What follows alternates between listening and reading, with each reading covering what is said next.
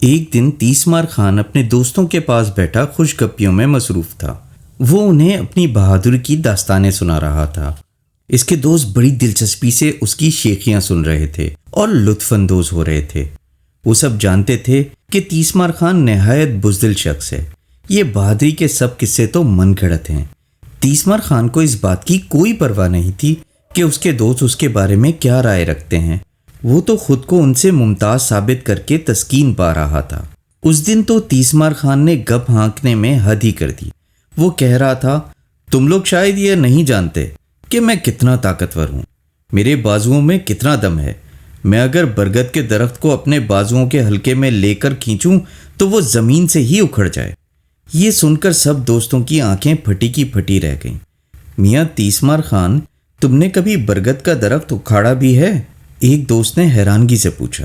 تم ایک کی بات کرتے ہو، میں نے تو درجن بھر درخت اکھاڑ پھینکے ہیں، تیسمار خان نے سینہ پھلا کر کہا۔ درجن بھر؟ ایک دوست بمشکل اپنی ہنسی روکتے ہوئے بولا۔ شاید یہ کام تم نے خواب میں کیا ہوگا۔ یہ سن کر تیسمار خان آگ بگولا ہو گیا۔ تم میری بہادری کو للکار رہے ہو؟ اگر تمہیں یقین نہیں تو جاؤ برگد کا درخت ڈھونڈو، پھر مجھے بتانا، میں تم سب کی آنکھوں کے سامنے اسے زمین سے اکھاڑ کر دکھاؤں گا۔ تیسمار خان کی بڑک سن کر سب دوست مسکرانے لگے۔ ہمیں کیا ضرورت پڑی ہے کہ ہم کسی درخت پر ظلم ڈھائیں؟ ایک دوست نے بحث کو ختم کرنے کی کوشش کی۔ وہ جانتا تھا کہ تیسمار خان بے خیالی میں ایسی گپ ہانک گیا جسے پورا کرنا اس کے بس کی بات نہیں۔ وہ اسے مزید بے عزتی سے بچانا چاہتا تھا۔ باقی دوستوں نے بھی تیسمار خان کا دل رکھنے کے لیے اس کی ہاں میں ہاں ملائی اور بات کو وہیں ختم کر دیا۔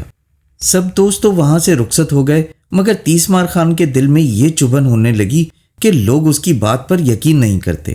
اس نے پورا تہیہ کر لیا کہ وہ ان کے سامنے برگد کا پیڑ اکھاڑ کر رکھ دے گا۔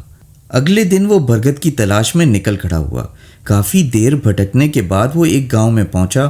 اس نے لوگوں سے برگد کے درخت کے بارے میں دریافت کیا۔ ایک شخص اسے اپنے ساتھ لے کر ایک بڑے درخت کے پاس پہنچا اور بتایا، یہ برگد کا درخت ہے۔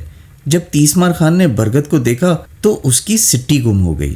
وہ قد میں کافی بڑا اور حجم میں اتنا موٹا تھا کہ تیسمار خان کی بائیں اس کے گرد پوری ہی نہیں آ سکتی تھیں۔ اب اسے احساس ہوا کہ واقعی اس نے ضرورت سے بڑی گپ ہانک ڈالی ہے۔ اس نے دعویٰ پورا کرنے کا ارادہ بدلا اور واپس لوٹ پڑا۔ جب وہ شہر کے قریب پہنچا تو اسے چھوٹا سا درخت دکھائی دیا جو اس کے قد سے چند انچ ہی نکلتا تھا۔ پتوں کی شباہت دیکھ کر اسے شک پڑا کہ یہ برگد کا ہی درخت ہے۔ اس نے 2-3 افراد سے دریافت کیا تو معلوم ہوا یہ برگد کا نوعمر درخت ہے۔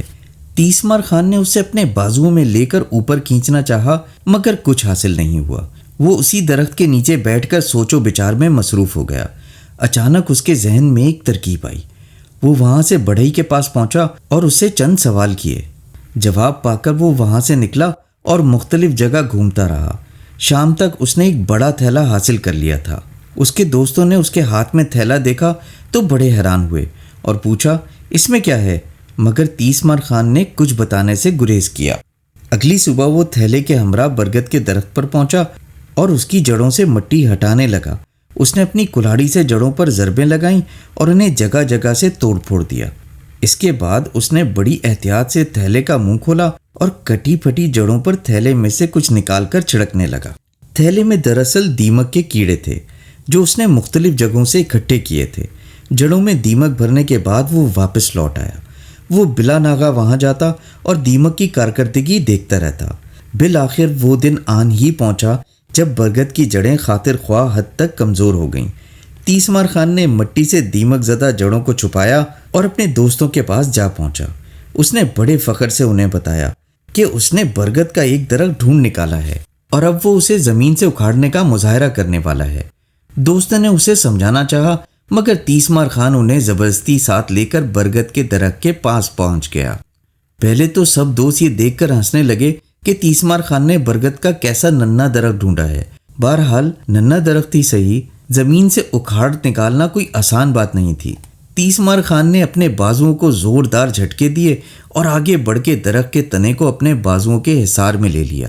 اس نے گہری سانس لی اور زور لگانا شروع کر دیا۔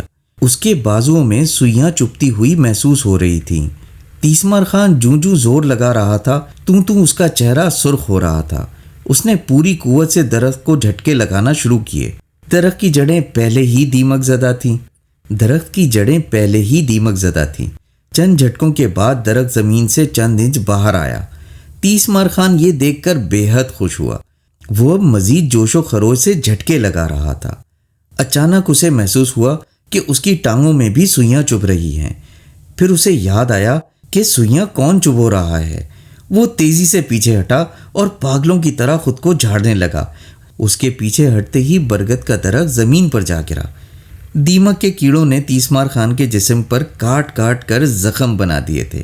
دوستوں کو تیسمار خان کی چالاکی سمجھ آ چکی تھی۔